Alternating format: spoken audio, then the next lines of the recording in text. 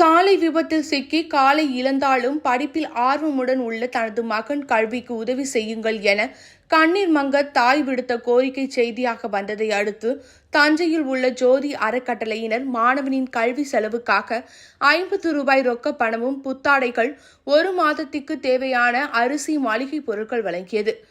கண்ணீர் மல்க பெற்றுக்கொண்டவர் நன்றி தெரிவித்துக் கொண்டார்.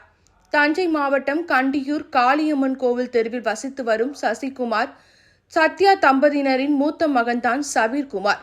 சமீர்குமாருக்கு 2 சகோதரிகள் உள்ளனர். ஓடி ஆடி விளையாடுகிற வயதில் காலை இழந்து வீட்டிலேயே தனது மகன் முடங்கி கிடப்பதைக் கண்டு தாய் சத்யா கண்ணீர் வடித்துள்ளார்.